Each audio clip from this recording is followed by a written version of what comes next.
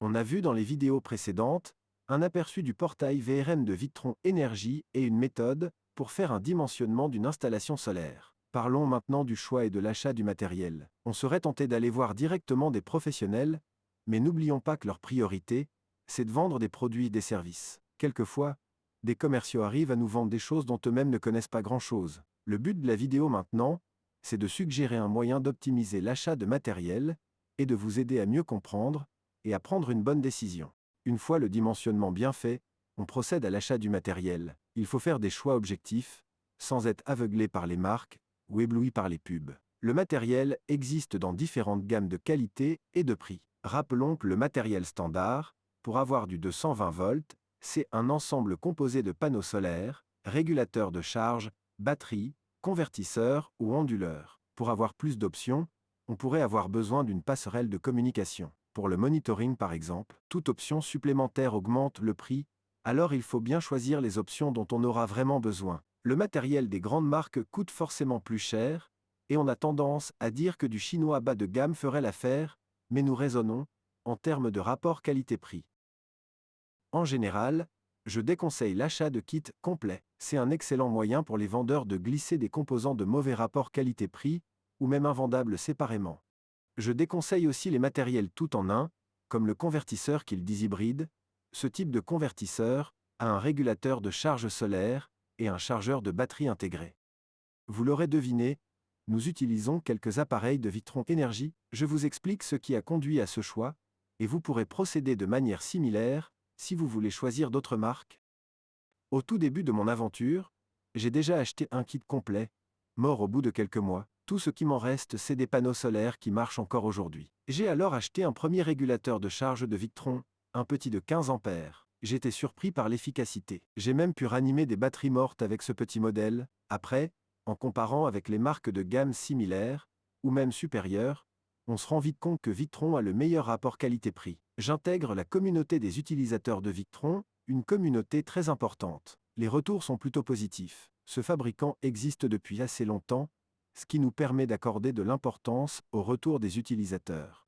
Par la suite, j'ai acheté le Multiplus de Victron, le modèle ancien, mais que Victron a continué à fabriquer pendant un moment. On peut encore en acheter en neuf en 2025. La batterie a été compliquée à décider, car j'ai déjà fait la mauvaise expérience des batteries pourries. Je ne pense désormais plus aux batteries au plomb. Il existe de très bonnes batteries au plomb, mais elles coûtent très cher. Depuis quelques années, les batteries au lithium remplacent peu à peu les batteries au plomb, et le prix commence à baisser. Par contre, les batteries de Victron Énergie sont toutes très chères, même celles au plomb. Pareil pour les panneaux solaires. Je me tourne donc vers une marque chinoise pour la batterie, Pilontech, une marque chinoise. Les utilisateurs de cette marque forment également une communauté assez importante, et les produits sont bien documentés. Mais plus important, les batteries de Pilontech sont compatibles avec les produits Victron, ainsi qu'avec d'autres marques. Pas tout à fait en fait, car j'ai été obligé d'acheter la passerelle de communication et un câble spécial pour tout faire fonctionner correctement. En résumé, panneaux solaires et batteries de marque tierce, régulateurs, passerelles et convertisseurs de chez Victron. À propos des panneaux solaires, je ne peux pas encore dire grand-chose. Au bout de 4-5 ans, ils peuvent encore collecter et convertir à 100% de leur puissance nominale quand les bonnes conditions sont réunies. Quand il y a du soleil, il ne fait pas trop chaud et les panneaux solaires sont propres. En dehors du prix et des marques donc, voici quelques critères. Pour les panneaux solaires, la chaleur réduit le rendement. Les panneaux à cellules polycristallines sont utilisés dans les régions chaudes, car la chaleur a moins d'effet sur leur rendement, et dans les régions à fort ensoleillement, car ils ont un rendement inférieur. Il existe aussi des panneaux solaires à double face, ce qui en théorie augmente sensiblement le rendement. Mais ils doivent être installés de façon à recevoir le reflet de la lumière par en dessous, ce qui est plus compliqué dans la pratique. On ne les posera pas sur un toit en pente, par exemple, sinon ils se comporteraient comme les panneaux à simple face. J'ai quand même commandé 1200 watts crête cette année, mais je ne les ai pas encore installés. Les panneaux solaires dits amorphes ont un rendement et une durée de vie nettement plus faible que les autres types. Ils sont composés de cellules similaires à celles qu'on trouve sur certaines calculatrices par exemple. Nous utilisons des panneaux à cellules monocristallines à Tananarive, car ici il fait moins chaud, et ils produisent assez, même quand il y a moins de soleil. À l'achat, il faut vérifier différents paramètres sur la plaque signalétique et la marque. Les caractéristiques physiques aussi, comme la résistance à la grêle par exemple. Il faut également tenir compte de l'encombrement par rapport à la place disponible. Les régulateurs dits MPPT sont plus efficaces et plus souples d'utilisation que les PWM. Je privilégierais plusieurs unités de petite puissance plutôt qu'une seule grosse. Comme ça, on peut diviser les panneaux solaires et en poser sur des pans de toit différents, ou avec des orientations différentes par exemple. On choisira aussi les régulateurs qui acceptent une plage de tension d'entrée importante pour minimiser les pertes dans les câbles. Il serait compliqué de faire la liste de tous les régulateurs. Il en existe dans toutes les gammes de qualité et de prix, sans parler des copies et des contrefaçons. Regardez par exemple cette marque chinoise Fangpusen. À quelques détails près, c'est la même apparence qu'un modèle de Victron Énergie. Des mal intentionnés vous le vendront comme une sous-licence de Victron, ou carrément comme un Victron en changeant les inscriptions sur le produit. C'est une raison largement valable pour ne pas aller parler directement aux commerciaux. Il y a des gens qui auraient essayé ce régulateur, et ont conclu que c'est les mêmes fonctionnalités, et compatibles avec les autres produits Victron.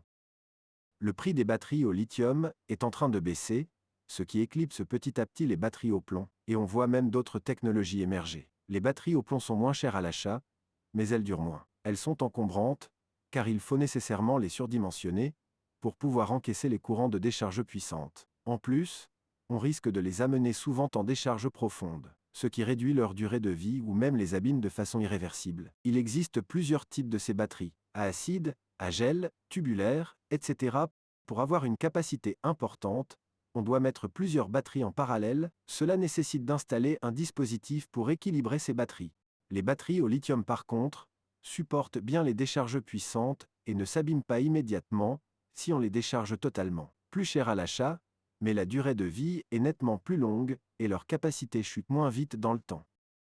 Les bricoleurs maintenant assemblent des cellules dites prismatiques pour avoir des capacités importantes à un prix de revient relativement moindre. Si on choisit bien le BMS, l'assemblage pourrait être compatible avec le matériel d'autres marques.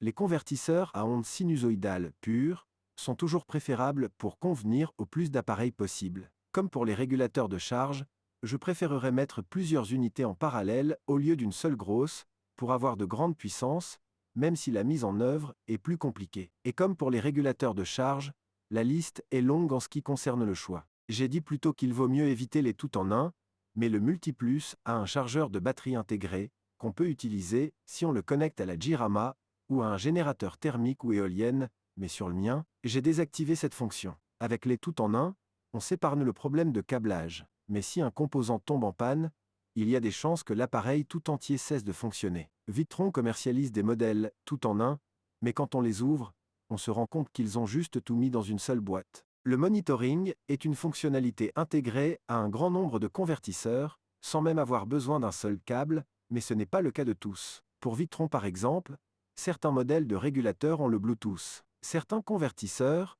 ont un dispositif GX intégré.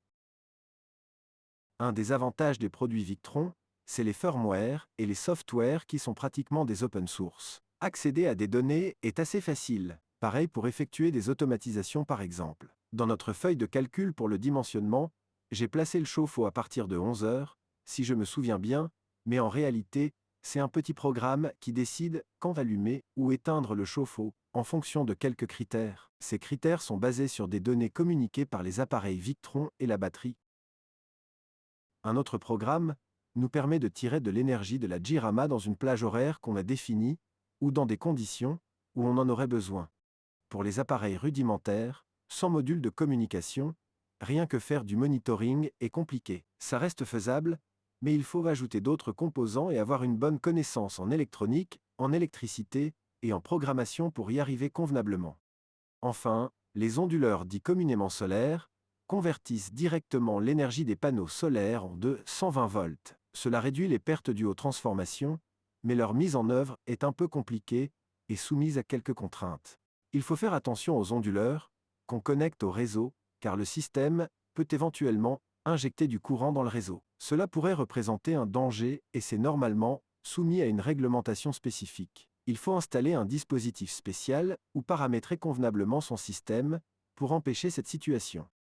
Voilà, je ne prétends pas avoir toujours fait les meilleurs choix, mais j'espère que cette vidéo vous aura aidé à vous orienter vers les bons et aura ouvert de nombreuses perspectives et alternatives. Dans la prochaine, on parlera de l'installation et du montage du matériel, toujours dans l'optique de l'optimisation.